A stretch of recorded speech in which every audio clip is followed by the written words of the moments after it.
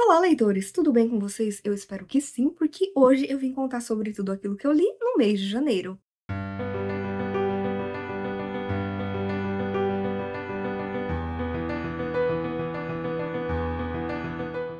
Gente, já preciso começar dizendo que eu comecei 2025 muito bem. Eu li muita coisa boa, já teve favorito aqui e quero contar tudo pra vocês. Então, vamos lá!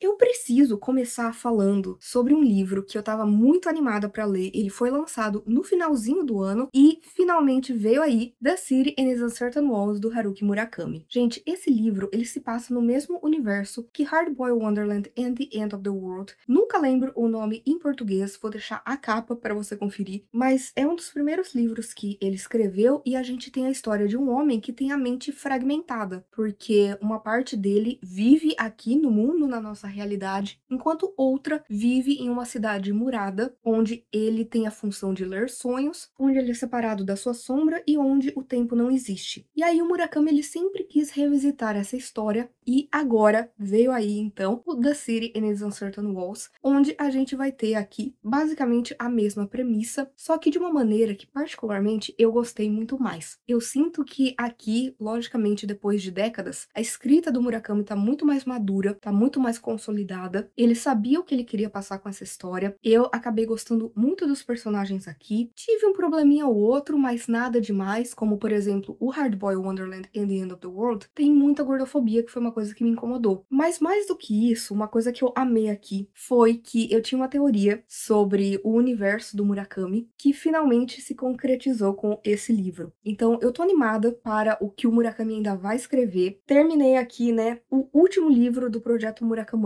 Vou trazer resenhas aqui dos últimos que eu li, vai ter lista. Vou falar muito de Murakami esse ano, mas foi uma leitura maravilhosa. Eu amei ter lido esse livro e foi por isso que eu acabei dando aqui para ele 4,5 estrelas.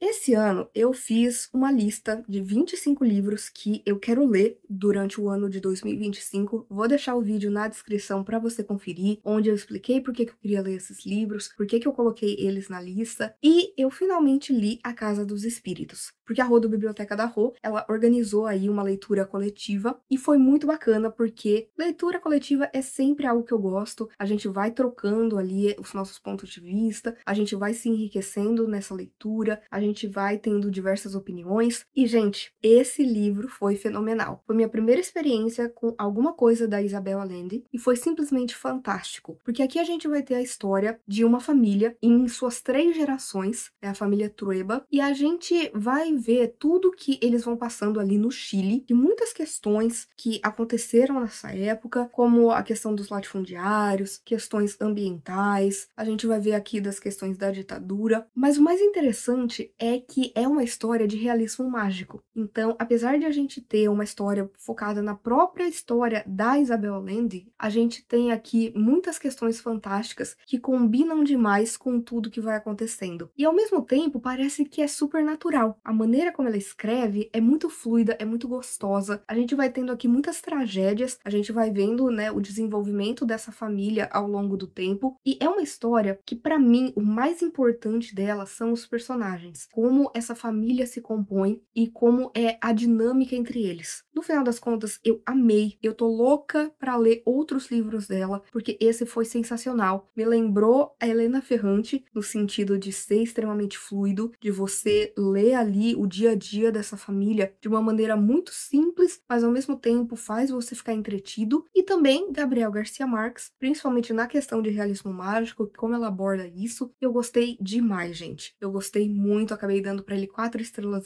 porque, né, ai, é difícil, quase todos os personagens masculinos aqui são insuportáveis, e eu sei que é a intenção da autora. Por conta disso, eu acabei aí não indo para um 5 estrelas, mas foi sensacional. Eu mal posso esperar para ler muito mais Isabel Allende.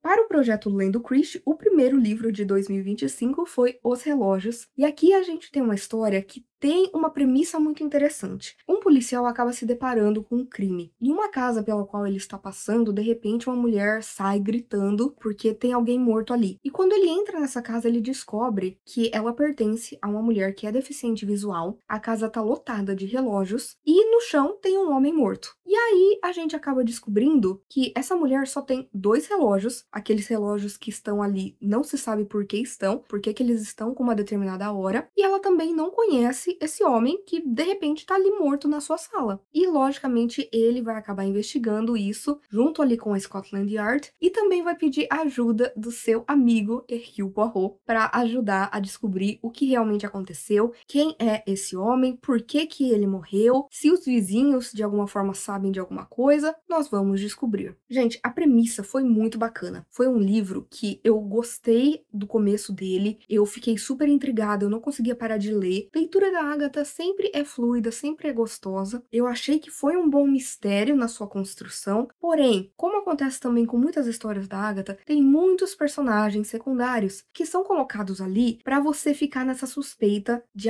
será que foi ele? Qual que é o álibi? Sabe, você se colocar no lugar de detetive e ao mesmo tempo são personagens que não acrescentam muita coisa pra história. Eu gostei muito da presença do Poirot, que não foi muito aqui, geralmente eu não gosto quando ele aparece de forma secundária, mas aqui eu gostei. Ele também explora muito aqui mistérios ficcionais, os crimes de ficção. Ele vai falar de Sherlock Holmes, ele vai falar de outros autores da época, ele vai falar da própria Ariadne Oliver, que é uma personagem que já apareceu em outros livros e que ela é uma escritora de mistério, que ela acaba fazendo aí às vezes da própria Agatha. Só que eu acho que a história vai desandando, começa a ter muitas coincidências que você fala, será que precisava? Então, eu entrei nela gostando muito. Eu achei que o final também foi muito interessante, mas o meio, ele se arrastou demais, demais, demais, demais, a ponto que eu falava, cara, eu não quero mais saber da vida de pessoas que não importam pra trama, sabe? O dia a dia, o que acontece. Isso me irritou um pouco. Então, por conta disso, eu acabei dando para os relógios 3,5 estrelas. Não foi minha leitura favorita da Agatha, mas também não foi tão ruim assim. Eu li o primeiro volume de Spy Family, do Tatsuya Endo. Eu sei que o anime é muito famoso, que muita gente ama, e eu resolvi então que eu ia ler o mangá pra ter uma ideia, né, se eu ia gostar ou não. E, gente, eu amei. Aqui a gente tem uma premissa muito bacana. A gente tem aqui um espião, um agente que tá trabalhando, tentando manter aí a paz entre duas nações. E para isso, ele tem uma nova missão. E essa missão envolve que ele tenha uma família, uma esposa e um filho. E tudo isso em uma semana, porque a criança precisa entrar numa escola de elite, onde ele vai poder ter contato com um grande líder dessa nação, que na verdade tá querendo guerra e ele precisa, de certa forma, eliminar esses planos. E aí o que ele faz? Ele acaba conhecendo uma moça que não se dá muito bem com outras pessoas. Ela não tem amigos, ela não tem namorado, mas ao mesmo tempo ela quer provar ali pro seu irmão que ela consegue estar em sociedade, que ela consegue ter uma vida comum. E aí, por conta disso, ela vai entrar nesse casamento falso, né, com esse espião. Só que o que ele não sabe é que, na verdade, ela é uma assassina. E ele vai ali num orfanato e acaba adotando uma garotinha que, na verdade, foi parte ali de um experimento e ela é telepata. E aí, de certa forma, a gente vai ver ali cada um tentando cumprir sua própria missão, tendo seus próprios segredos, mas também vivendo ali como uma família, começando a ter sentimentos um pelos outros, sabe? A gente tem essa família disfuncional e incrível. Foi maravilhoso esse meu primeiro contato com Spy Family. Eu gostei muito das ilustrações, eu gostei da fluidez entre os quadros, eu achei incrível cada um dos personagens, sabe? No primeiro contato, eu já me apeguei a cada um deles. Foi um volume que eu terminei ele com o coração quentinho, que eu gargalhei muito, que eu já queria pegar o segundo. Então foi uma experiência incrível, eu mal posso esperar para ler mais volumes de Spy Family, porque realmente o primeiro foi fenomenal, eu dei 4,5 estrelas e quero logo pegar os próximos volumes. No ano passado, eu li A Vegetariana, da Han Kang, e eu simplesmente adorei a sua forma de narrar histórias. Eu adorei como ela escreve, eu gostei de como ela faz críticas sociais bem interessantes ao longo de uma história que é ficcional. E aí eu resolvi, então, ler agora Atos Humanos. E aqui a gente tem vários contos que se iniciam ali nos anos 80, quando teve uma grande revolta estudantil na Coreia do Sul, que acabou atingindo muitas pessoas, sabe? Que é um marco até hoje na história da Coreia do Sul. E aí a gente vai ter cada um desses contos da perspectiva de uma pessoa diferente e de períodos diferentes da história. Tudo isso está conectado. Não só estão conectados a essa revolta, mas conectados entre si, sabe? Então a gente vê como um acontecimento momento impactou diversas pessoas em diversos momentos da história e que continua impactando até hoje. Mais uma vez, eu amei a forma como a Han Kang escreve. Eu achei que cada uma dessas histórias tem uma voz diferente, o que é bem interessante, sabe? A gente consegue perceber quem está narrando a história e também é muito interessante como cada conto é de uma perspectiva diferente, sabe? De como a gente vai vendo essa revolta que aconteceu e como o governo trouxe tanta retaliação de uma forma dolorosa, de uma forma triste, de uma forma chocante, de uma forma melancólica. Eu achei que tudo aqui se encaixa muito bem. E logicamente, a gente tá falando de uma coletânea, então teve contos que me impactaram mais do que outros, mas o que eu mais gostei foi o último, o epílogo, em que a autora escreve por que que ela decidiu narrar essa história, por que que ela resolveu entrar em cada um desses contos e como isso chegou até ela. E isso para mim foi incrível. Logicamente, eu hoje em dia gosto mais de A Vegetariana, por me identificar mais, né, já que lá a gente tem questões que vou falar bastante do machismo. Aqui a gente entra na questão da ditadura, que é algo muito interessante. Percebi que, sem querer, foi, assim, um tema recorrente aí no meu mês de janeiro. Também faz sentido com muita coisa que a gente vê na vida. Então, foi muito pertinente ter lido isso agora. Eu gostei muito, dei 4 estrelas, porque, como eu disse, teve alguns contos que me pegaram mais do que outros. Mas, sério, gente, eu acho que todo mundo precisa ler, precisa conhecer mais sobre essa história. E como a autora trouxe tudo isso aqui, foi simplesmente fantástico. E antes de eu falar sobre as melhores leituras que eu realizei no mês de janeiro, quero pedir encarecidamente que você se inscreva aqui no canal Livre em Livro, se você ainda não é inscrito, que você curta esse vídeo, que você compartilhe, que você espalhe o amor pela literatura, que você comente, né, que a gente vai aqui conversando sobre livros, vai engajando, isso me ajuda demais. Já quero agradecer então de você ter assistido o vídeo até aqui, e agora sim vou falar sobre 2 leituras que foram 5 estrelas favoritadas no meu mês de janeiro. Como eu disse, gente, que eu estava lendo muitos livros sobre ditadura sem nem ter percebido, sem ter a intenção de fazer isso, eu preciso falar que eu finalmente li Eu Ainda Estou Aqui, do Marcelo Rubens Paiva. E em Eu Ainda Estou Aqui, que tá sendo super falado por conta da adaptação, né? Fernanda Torres aí ganhou o Globo de Ouro, foi indicada ao Oscar. O filme também foi indicado aí ao Oscar de melhor filme estrangeiro e melhor filme, né? Que já é uma conquista pra gente. E eu finalmente li, então, a história que deu origem a essa adaptação. E aqui a gente vai ter a história real do Marcelo Rubens Paiva contando sobre coisas que aconteceram com a sua família, principalmente o seu pai, o político Rubens Paiva, que acabou sendo torturado e morto durante a ditadura no Brasil, e a sua mãe, a Eunice Paiva, que teve que manter ali a família unida, os 5 filhos, sabe, buscando justiça pelo que aconteceu com o seu marido, se reinventando, se tornando uma advogada, advocando pelos direitos indígenas e, na velhice também, tendo aí uma terrível doença que fez com que ela fosse se esquecendo das coisas. Não foi uma leitura fácil. Foi uma leitura fluida. Foi uma leitura que você entra ali naqueles ensaios, nos escritos do Marcelo Rubens Paiva, e você lê de forma rápida. Mas é pesado. É difícil de engolir. É difícil de parar e pensar que tudo isso aconteceu no nosso país e que, de certa forma, afetou a vida de centenas, de milhares de pessoas. Porque, apesar da gente ver aqui as torturas terríveis que aconteceram com Rubens Paiva e como o regime militar simplesmente fingiu que estava tudo bem, porque para eles estava,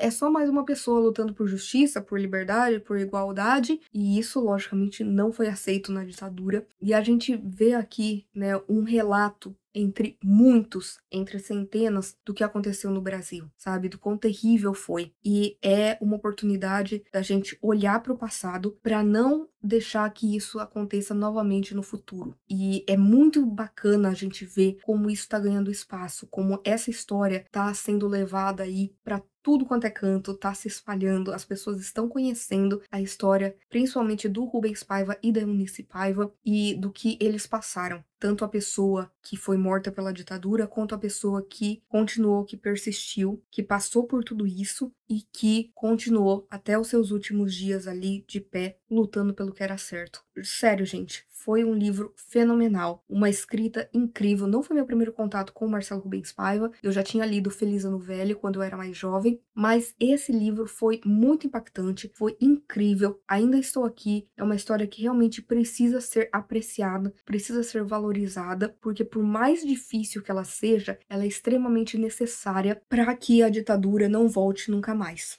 E o meu outro livro favorito de janeiro, gente, assim, foi uma leitura que eu não estava esperando que seria tudo isso, mas foi 5 estrelas favoritado também, que é Mar da Tranquilidade, da Emily St. John Mandel. E aqui eu vou falar o mínimo que eu puder. A gente vai ver aqui histórias de pessoas diferentes em diversos séculos, em diversos milênios, e todas elas, de alguma forma, tiveram uma experiência ali quase sobrenatural. Num determinado lugar de uma floresta do Canadá, quando uma pessoa passa por ali, de repente tudo fica escuro, um breu, ela ouve um barulho assim, e ela ouve ali de fundo um violino. E depois, quando ela volta, ela já tá num outro lugar, já não sabe o que aconteceu, não entende exatamente, né, o que foi aquilo, e a gente vai ver isso desde os tempos passados até os tempos futuros. E a gente vai começar aí a descobrir o que é essa anomalia. Não vou falar mais nada, gente. Por quê? Porque eu entrei nesse livro sem saber da história. Eu resolvi ler porque eu já tinha lido um pouco da Emily St. John Mandel com Estação 11 e eu tava gostando muito da narrativa. E aí, quando eu tive a chance de comprar esse livro porque tava em promoção, eu falei, vou dar uma chance, vou entrar sem nem saber sobre o que se trata, porque eu gosto disso, e foi a melhor coisa que eu fiz. Conforme você vai tendo ali a história se desenvolvendo e vendo como tudo se encaixa e para onde a história vai, é algo que eu não estava esperando. Gente, sério, aqui a gente tem uma história maravilhosa de ficção científica. E eu, particularmente, já tinha gostado muito quando eu finalizei. Eu amei como foi a construção da história, como essa narrativa vai acontecendo e como tudo se encaixa de certa forma. Mas o mais legal foi que depois que eu terminei de ler, como eu tava ouvindo no audiobook, eu resolvi marcar no livro físico ali passagens que eu tinha gostado muito. E é aí que eu percebi a genialidade maior desse livro. Porque tem coisas que desde o início estão lá. É aquele tipo de livro que vale a pena uma releitura, sabe? Porque você vê ali como tudo é colocado de maneira estratégica para a gente ter uma história maravilhosa que é do Mar da Tranquilidade. Então, acabei dando para esse livro 5 estrelas, favorito. Juro, gente, janeiro começou maravilhosamente bem.